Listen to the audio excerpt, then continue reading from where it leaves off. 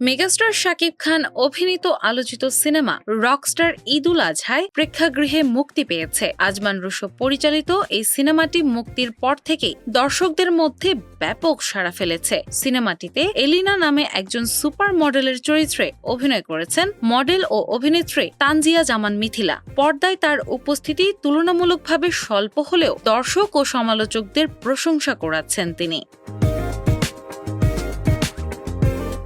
দর্শকদের ভালোবাসায় ভীষণভাবে অভিভূত মিথিলা জানান, রকস্টার সিনেমার মাধ্যমে তার বহুদিনের লালিত স্বপ্ন পূরণ হয়েছে। তিনি বলেন, সিনেমা হলে বসে নিজেকে প্রথমবার রূপালী পর্দায় দেখা ছিল তার জীবনের এক বিশেষ মুহূর্ত, যা তিনি বহু বছর ধরে হৃদয়ে লালন করে এসেছেন। শাকিব খানের সঙ্গে কাজের অভিজ্ঞতা প্রসঙ্গে মিথিলা বলেন, মেগাস্টারের সঙ্গে এই যাত্রা ভাগ করে নেওয়া ছিল তার জন্য অসাধারণ এক অভিজ্ঞতা।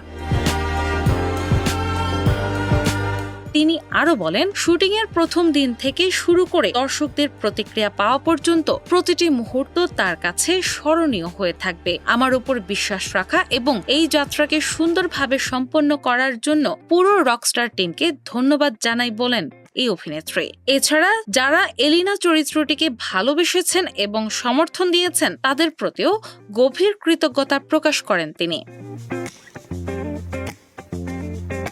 মিথিলা বলেন, এটি তার কাছে শুধুমাত্র একটি চলচ্চিত্র নয়, বরং এমন একটি স্মৃতি যা তিনি সারা জীবন যত্নে বহন করবেন। সিনেমাটিতে আগুন নামে একজন রকস্টারের চরিত্রে অভিনয় করেছেন শাকিব খান। তার সঙ্গে আরও রয়েছেন সাবিলা নূর, সুনিধি নায়েক, দিলারা জামান, তারেক আনাম খান, রোজি সিদ্দিকী এবং পান্থ কানাই সহ অনেকে।